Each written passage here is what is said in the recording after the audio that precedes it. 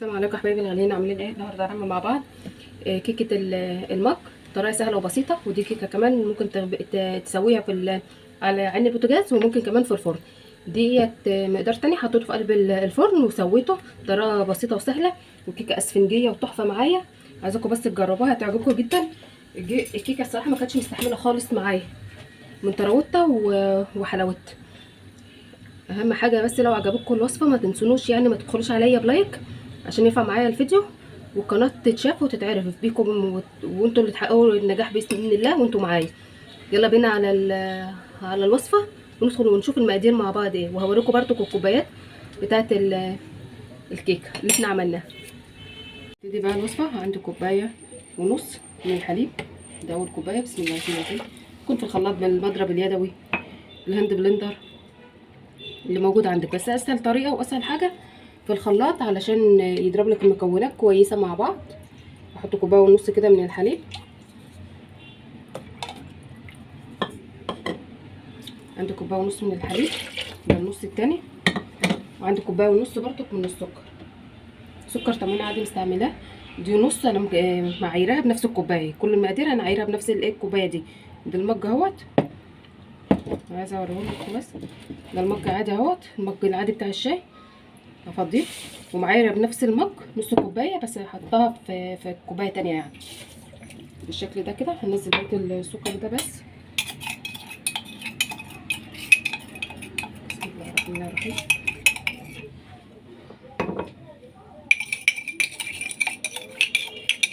انا هضرب الاول اللبن والسكر عشان انا عايزه اللبن والسكر ينضربوا كويس، عايزه السكر يدوب معايا، فهضرب الاول المكونين دولت كويس مع بعض. يبقى انا كده حطيت كوبايه ونص من اللبن وكوبايه ونص من السكر. همسك المكونات ديت هضربها كويس لما اللون يفتح معايا. هنضربهم حوالي 4 دقايق كده يعني. بسم الله. هضربهم كويس وارجع لكم. بصوا اثناء الضرب كده هحاول انزل السكر اللي بيبقى طالع على الجناب ده عشان كله ينضرب معايا كويس. تاني اضرب ضرب. بصوا السكر واللبن، بس انا لسه كمان عايزه اضرب فيه كمان دقيقتين كمان. نحاول ننزل كل السكر اللي في الجناب ده.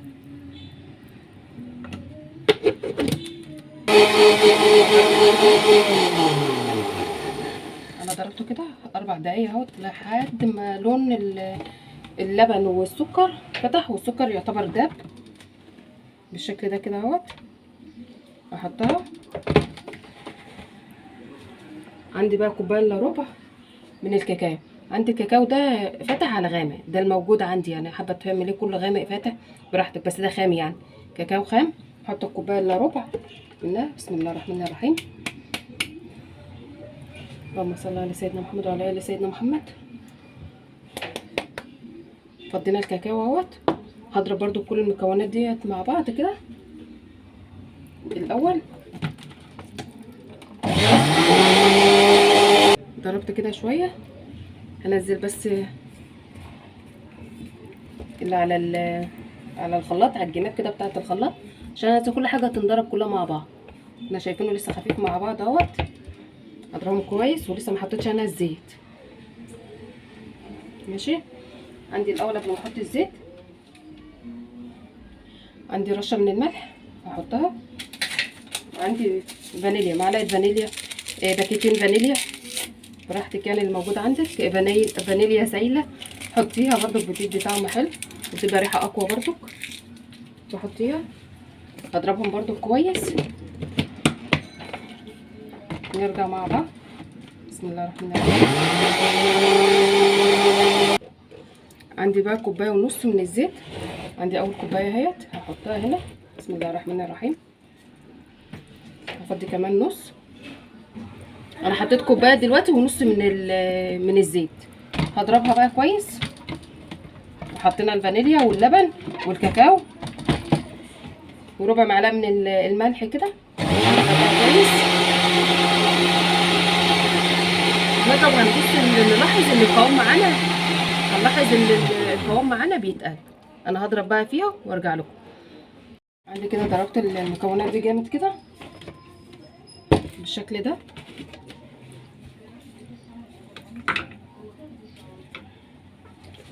شايفين الصوص؟ طبعا لسه هيتقل اكتر من كده كمان، قوامه تقيل اهوت برده، ولسه هيتقل لما يدخل كمان التلاجة. انا هفضي منه كوبايه ونص. بسم الله الرحمن الرحيم. هاخد كوبايه ونص منه عشان هنحتاجها. ادي كوبايه، دي مكانها كاكاو. الكوبايه التانية كده انا خدت كوبايه ونص من الخليط ده. هحطها المكونات دي على الخلاط. بسم الله الرحمن الرحيم بالشكل ده. هنشيل ده دلوقتي. بصوا عندي بقى بيضه بدرجه حراره الغرفه، احطها معاها ببضايه واحده بس. هنعمل الكب كيك ده او جاتوه الشاتوه معانا بطريقه سهله وبسيطه. معايا بيضه واحده بس هحطها على الخليط. انا فضيتها على الخليط بتاعه البيض. انا هنزلها لكم. انا حطيت البيضه في قلب الخلاط اهوت، وعندي علبه زبادي صغيره احطها معاها. دي بتدي طراوه وهشاشه حلوه الاول للكيك. ما عندكيش استغنى عنها يعني، بس دي بتخليها طريه وهشه جدا. الزبادي بيدي طراوه حلوه قوي للكيك. او لو عندك لبن رايب ممكن تحطي منه معلقتين، بيدي برده طراوه حلو. انا جربته برده باللبن الرايب كان حلو برده. هخلط بقى المكونات ديت وارجع لكم برده. يا ريت كل خطوه يعني بنعملها تخلطي كويس بتاخدي نتيجه احسن وهشاشه احسن. هخلط برده كل المكونات دي كده. بسم الله الرحمن الرحيم. معلش عندي بقى دخلت المكونات دي كويس بالشكل ده. نستغنى بقى عن الخلاط بقى. عندي المكونات بتاعتي اتخلطت اهيت مع بعض، خلطتها كويس. عندي طبق بقى وعندي كوبايه ونص من الدقيق. ادي اول كوبايه. بسم الله الرحمن الرحيم. ننخلها، ويستحسن يعني ان احنا ننخل الدقيق مرتين ثلاثه، بيدينا طراوه حلوه وبندخل فيها هوا، بيدينا هشاشه حلوه للكيك. بسم الله الرحمن الرحيم. كده الكوبايه وكده نص كوبايه من الدقيق هندخلها برضو. بسم الله الرحمن الرحيم. هفضي بقى كل المكونات بتاعه الخليط اللي احنا ضربناه في الخلاط. بسم الله الرحمن الرحيم بالشكل ده. هنفضيه كله.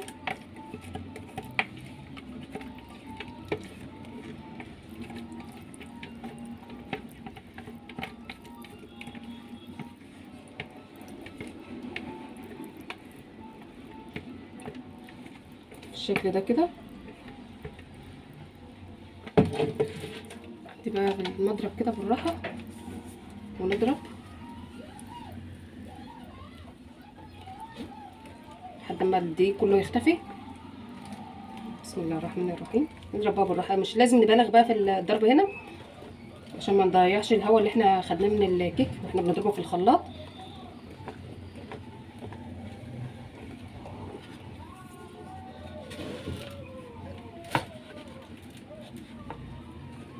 هنقلب كويس عشان الدقيق نخفي كل الدقيق.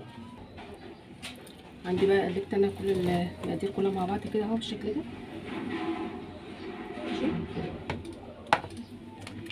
عندي باكت من البيكنج باودر افضيه عليه، ده بحطه اخر حاجه خالص. ومعلقه من الخل تدينا برده بطراوه حلوه للكيكه. وهنقلب.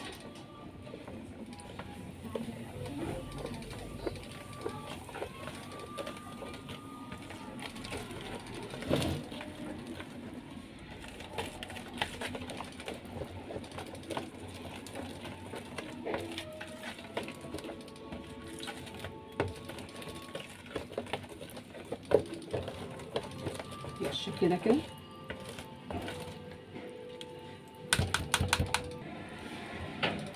ننزل بقى كل اللي على الجناب كده ونشوف من تحت كده فيه دقيق ولا ما فيه. كده ما فيش دقيق اهوت عشان بالغ بقى فيها. بالشكل ده كده. احنا النهارده هنعملها في المج. عندي كوبايه بقى دهنها زيت، بنتنا زيت زبده اللي انت حباه، الماده الدهنيه السهله اللي عندك اعملي بيها. انا عندي زبده او سمنه ممكن كنت دهنتها، بس انا بوريكم بطريقه سهله خالص، مش مستاهله يعني اللي احنا نتعب نفسنا.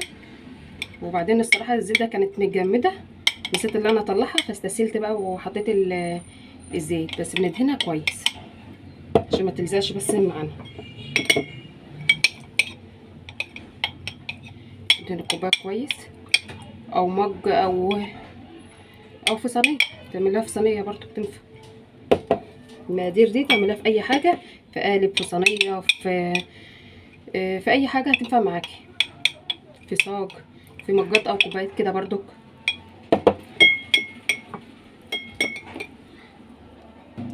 عندي بس حاجه يعني افضي فيها بس المكونات دي. بسم الله الرحمن الرحيم. بصوا قوام الكيك ده، القوام المظبوط بتاعه. انا بس هفضيه في حاجه كده عشان اعرف ايه ان انا اتحكم بس في الكوبايات.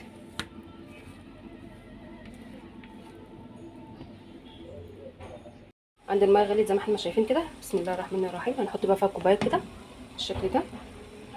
بسم الله الرحمن الرحيم. بسم الله الرحمن الرحيم.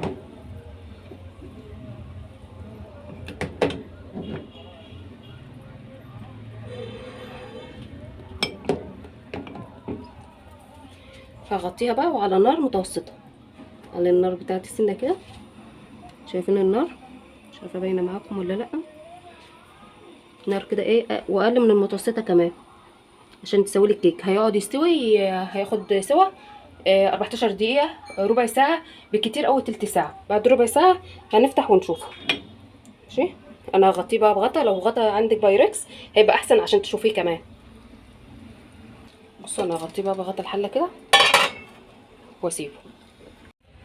عندي الكيك بقى بعد ما عدى تلت ساعه، انت بتشوفيه لو استوى معاكي خلاص بتجربيه بالخل. بصوا انا كنت شلته قبل كده 5 دقايق، الكيكه لزقت في البتاع، يعني هي المفروض ان بسمكها تبقى اقل من كده والغطا يكون مرتفع شويه، بس هي ما شاء الله بصوا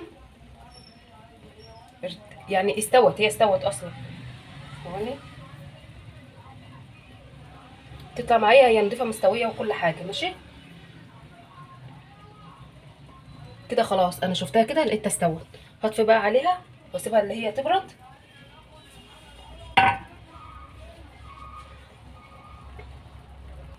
بصوا انا هطفي بقى عليها.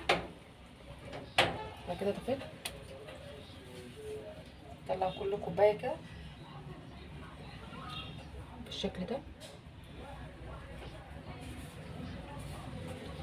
واسيبها لما تبرد. امسح كل الكوبايات بس عشان سخنه. بصوا انا زي ما قلت لكم هي كانت لازقه بس في قلب الغطا. واضحه معايا؟ هي كانت لازقه بس في قلب الغطا، جيت اشيل الغطا الوش اتشال معاها. شايفينها طريه ازاي؟ كيكه طريه مش محتاجه ان احنا نسقيها اي حاجه. هسيبها تبرد ونرجع مع بعض. عندي بعد ما عدى ربع ساعه اشيل كده. بسم الله الرحمن الرحيم. طبعا بس اتعملت علشان ايه، عايزه غطا يكون عالي يعني بالشكل ده كده زي ما احنا شايفين. هنشوفها كده استوت ولا لسه. نختبرها كده. لسه شويه، لسه. هسيبها كمان 5 دقايق وارجع اشوفها. عندي بقى الكوبايات، هنزل بقى اصب فيها كده. بسم الله الرحمن الرحيم. 3/4. بسم الله الرحمن الرحيم.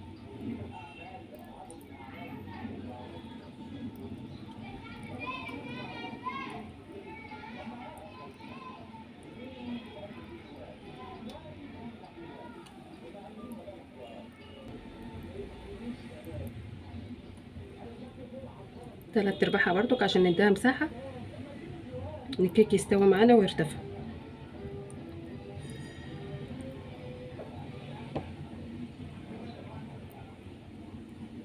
عندي بقى هنا صينيه على النار كده، احط فيها ميه حوالي سنتي كده الصينيه واسيبها ان هي تغلي معايا عشان نحط فيها الكوبايات. عندي بقى الصوص اهوت، السمك بتاعه حلو. احط بيه بقى زي بيه الكيكه اللي احنا عاملينها في الكوبايات او في المج، وممكن في بولات.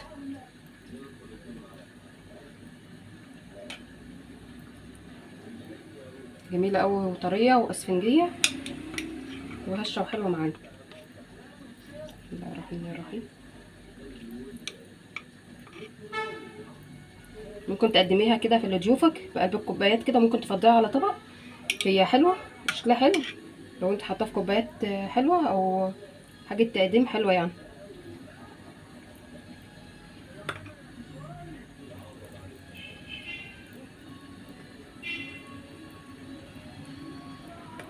وسعها بس كويس انتي.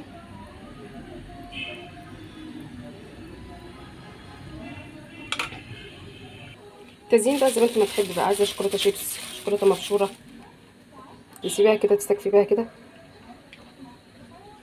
بالشكل ده كده.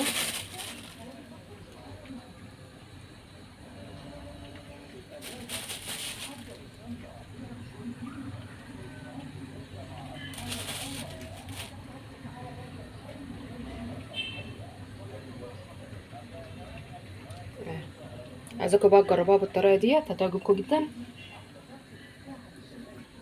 هتعجبكم جدا، ولو عجبكم ما تنسونيش بقى في لايك واشتراك وتفعيل الجرس. بصوا الكيكه، الكيكه من جوه، قلب الكيكه من جوه عامل ازاي، مستويه وجميله والطعم تحفه والنتيجه حلوه، هتبهركم يعني، وسهله وبسيطه. هي اخدت معايا على النار نص ساعه ل5 دقايق، يعني 25 دقيقه بالظبط. ماشي. لو عجبكم بقى الوصفه ما تنسونوش، ما تبخلوش عليها بقى في لايك واشتراك وتفعيل الجرس. السلام عليكم ورحمه الله وبركاته. انت الخليط حطيته في قلب الصينيه، ممكن تعملي بيه عرضه في قلب صينيه وتخبزيه في الفرن، تسويه في الفرن. هدخل دي في الفرن درجه حراره طبعا متوسطه، مش هتغيب معانا يعني حوالي تلت ساعه، هي الكميه صغيره. الصينيه ديت بعد ما طلعت اللي انا خبزتها في الفرن، خليها نضيفه اهيت بالشكل ده. هسيبها ان هي تبرد. بصوا الكيكه هي طريه ازاي واسفنجيه معايا، طريه خالص ده من غير ما تشقق ومن غير اي حاجه خالص. مش بس على المقادير وانتوا تاخدوا الكيكه بالشكل ده. هسيبها ان هي تبرد بقى، بعدين احط لها الصوص. انا مش محتاجه ان انا اسقيها عشان هي طريه واسفنجيه خالص معايا. معلقتين الزبادي بيخليها طريه جدا ويخليها هش، ومعلقه الخل كمان تمنع برضو زفاره البيض. هي بضايه واحده اللي احنا عملنا بها الكيكه دي. سيبها بقى لا تبرد ونيجي نكمل معانا بقيه الوصفه. عندي الكيكه بعد ما بردت بقى قلبتها، كيكه معايا اسفنجيه وتحفه. بصوا طريه ازاي، مش مستحمله اصلا ان انا احط ايدي عليها، هشه وطريه وجميله قوي. عندي بقى نص الكوبايه بتاعت الصوص اللي احنا شيلناه وحطيناه في التلاجة. بصوا الصوص هو كده سمكه حلو، لو انتوا لقيتوه معاكم تقيل ممكن تخففوه بشويه لبن، معلقه لبن كده، وتروحوا جايين ضربينها خففينها بيه.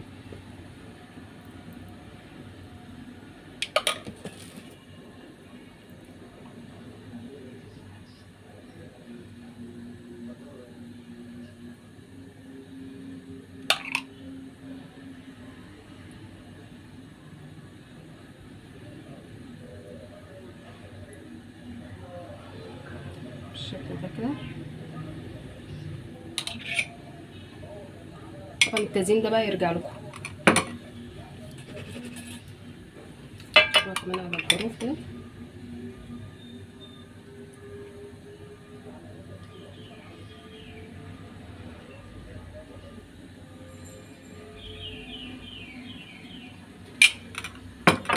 بصوا انا قلبها من الصينيه.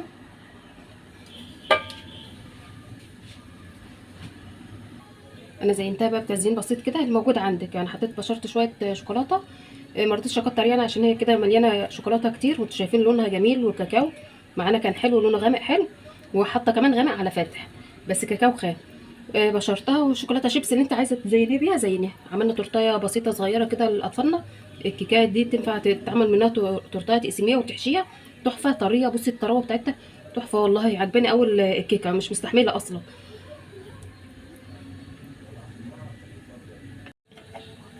ودي الكيكه اللي احنا عاملينها مع بعض. عملناها حته كده طريه خالص.